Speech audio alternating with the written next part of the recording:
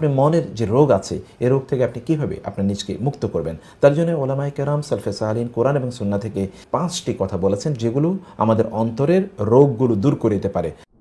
আসসালামু আলাইকুম ওয়া রাহমাতুল্লাহি ওয়া বারাকাতুহু। আলহামদুলিল্লাহ ওয়াসসালাতু ওয়াসসালামু আলা রাসূলিল্লাহ ওয়া বা'দ। আমাদের অন্তরে রোগ রয়েছে, আমাদের শরীরের রোগের চেয়ে অন্তরের রোগ অনেক অনেক বেশি কঠিন। আল্লাহ তাআলা মুনাফিকদের অন্তরে রোগ রয়েছে, ফি কুলুবিহিম মারাদুন ফাযাদাহুমুল্লাহু মারাদা। আল্লাহ তাআলা বলেছেন যে তাদের অন্তরে রোগ রয়েছে এবং প্রতি মুহূর্তে তাদের সে রোগ বেড়ে যায়। মানুষের অন্তরে যখন রোগ হয় তখন সে কুফরিতে লিপ্ত হয়, শিরকে লিপ্ত হয়, বেদাতে লিপ্ত হয়, আল্লাহর ব্যাপারে খারাপ ধারণা পোষণ করে, বিভিন্ন ধরনের অপকর্মে লিপ্ত হয়ে যায় এবং শারীরিকভাবেও সে কিন্তু প্রচণ্ডভাবে অসুস্থ হয়ে যায় যদি মনে রোগ থাকে। অতএব আপনি মনের যে রোগ আছে এই রোগ থেকে আপনি কীভাবে আপনার নিজকে মুক্ত করবেন, তার জন্য ওলামায়ে কেরাম সালফে সালিহিন কোরআন এবং সুন্নাহ থেকে নির্যাস হিসেবে বের করে আমাদেরকে 5টি কথা বলেছেন যেগুলো আমাদের অন্তরের রোগগুলো দূর করে দিতে পারে। এর মধ্যে প্রথম সবচেয়ে গুরুত্বপূর্ণ হলো কিরাআতুল কোরআন। রাসূলুল্লাহ সাল্লাল্লাহু আলাইহি ওয়াসাল্লাম বলেছেন যে আমাদের এই অন্তরগুলো রোগাক্রান্ত হয়ে যায়, এগুলোর মধ্যে জং ধরে, মরিচা পড়ে, যেমনিভাবে হাদিদ অর্থাৎ লোহার মধ্যে মরিচা পড়ে। সাহাবায়ে কেরামরা বললেন এই মরিচা দূর করার উপায় কি? তখন তিনি বলেছেন তেলাওয়াতুল কোরআন, আমরা যেন কোরআন তেলাওয়াত করি।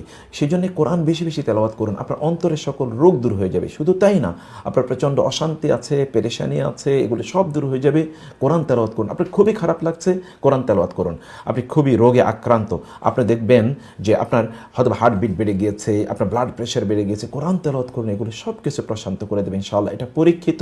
পৃথিবীতে এখন বহু জায়গায় এই সাইকোলজিক্যাল ডিসঅর্ডারের হিলিং হিসেবে, মানে এগুলোর মেডিসিন হিসেবে কিন্তু কোরআন তেলাওয়াতকে ব্যবহার করা হচ্ছে। কারণ আল্লাহ তাআলা তো কোরআন ব্যাপারে বলেছেন যে ফিহি শিফাউল লিন্নাস ওয়া নুনাজ্জিলু মিনাল কোরআনি মা হুয়া শিফাউ ওয়া রাহমাতুল লিল মুমিনিন। এজন্য কোরআন তেলাওয়াত করুন, বেশি বেশি কোরআন তেলাওয়াত করুন। 2 নম্বর বিষয় হচ্ছে যে মনের রোগ থেকে আপনি মুক্ত হতে হলে আপনার পেটটাকে আপনি কম খাদ্য প্রদান করুন। মানে আপনার পেটটাকে যত কম খাবার কম দেবেন, আপনি যত কম খাদ্য প্রদান করবেন ততই আপনি সুস্থ থাকবেন, আপনি ভালো থাকবেন। রাসূল সাল্লাল্লাহু আলাইহি ওয়াসাল্লাম বলেছেন ইয়াকমুল বেতনা, মানে তোমরা তোমাদের পেটটাকে পূর্ণ করে খাবার দেয়ার চেয়ে তোমরা তোমাদের নিজেদেরকে মুক্ত রাখো। এবং হাদিসে কথা এসেছে যে কোনো একজন বান্দা সবচেয়ে নিকৃষ্ট যে পাত্রটি পূর্ণ করে তা হলো তার পেট, এবং একজন ব্যক্তি ততটুকুই যেন খায়, ততটুকুর মাধ্যমে যেন সে দাঁড়িয়ে থাকতে পারে। যেন কম খান, কম খাওয়ার মাধ্যমে কিন্তু আপনি আল্লাহ সুবহানাহু ওয়া তাআলাকে স্মরণ করতে পারবেন। যত বেশি খাবেন তত আপনি অলস ফিল করবেন, অসুস্থ হয়ে যাবেন।